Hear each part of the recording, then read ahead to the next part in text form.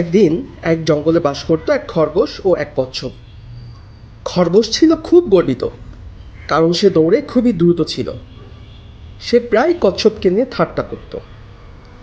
একদিন খরগোশ বলল, তুমি এত ধীরে চলো, তুমি তো কোনো দিনও কোথাও ঠিকমতো পৌঁছাতে পারবে না। কচ্ছপ শান্তভাবে জবাব দিল, হয়তো আমি ধীরে চলি, কিন্তু আমি পরিশ্রমী এবং থামি না। চলো দেখি কে আগে নদীর ধারে পৌঁছাতে পারে। খরগোশ হেসে উঠল, তুমি আমায় চ্যালেঞ্জ করছো?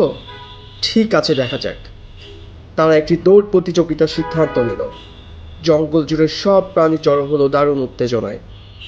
দৌড় শুরু হলো। খরগোশ তো এক লাফেই অনেকটা এগিয়ে গেল। কচ্ছপ আস্তে আস্তে ধীর পায়ে এগোতে লাগলো। কিছু দূর গিয়ে খরগোশ দেখলো কচ্ছপ এখনো অনেক পিছনে। সে ভাবলো, আমি তো অনেক আগেই জিতবো, একটু বিশ্রাম নেই। তাই সে একটা গাছের ছায়ায় বসে ঘুমিয়ে পড়ল। অন্যদিকে কচ্ছপ ধীর হলেও থামেনি। সে ধৈর্য ধরে এক পা করে সামনে এগোতে লাগলো এবং শেষ পর্যন্ত কচ্ছপই জিতল।